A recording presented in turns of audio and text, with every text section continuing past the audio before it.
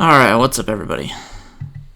One of the things I don't really like about Jekyll is that when you change your configuration files, you have to restart your Jekyll watch and do all this other stuff that I don't really care about doing. So when building Eleventy, one of the things that I'm trying to do is to make configuration changes as transparent as possible.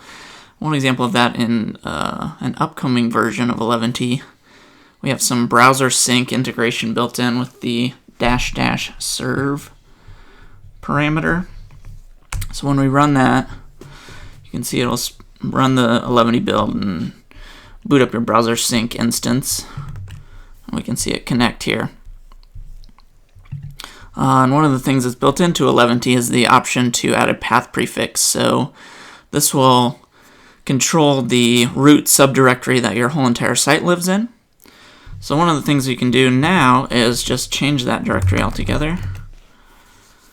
Eleventy will reload your config, start a new browser sync instance with the new configuration, and you can see the URL changed here to include this preview directory.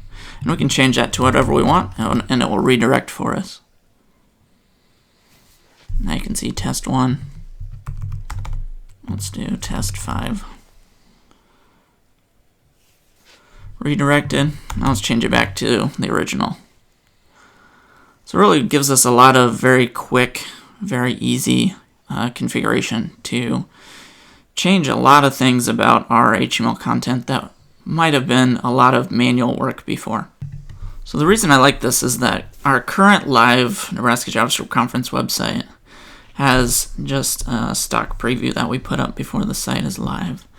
And one of the things I wanted to do was sort of demo a preview to everyone else on the organization team. But I didn't want to replace any existing content, and I didn't want to set up a new subdomain for that. So the only thing I did was, before I uploaded it to the site, I just added the path prefix of a preview, so I can dump the whole site into a preview directory, so that the rest of the organizers could see the site without it actually being live at the root directory. And then when I want to launch this later, the only thing I'll need to do is change that one single variable, and it will change all the content for me.